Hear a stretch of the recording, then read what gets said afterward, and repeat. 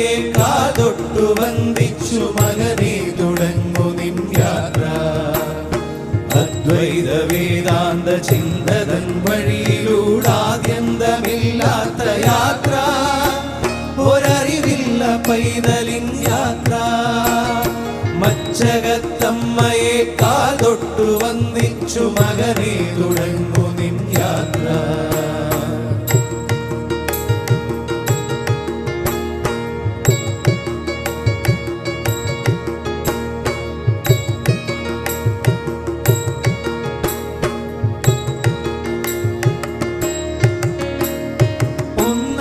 നിന്നെ ഇഹ രണ്ടെന്നു കണ്ട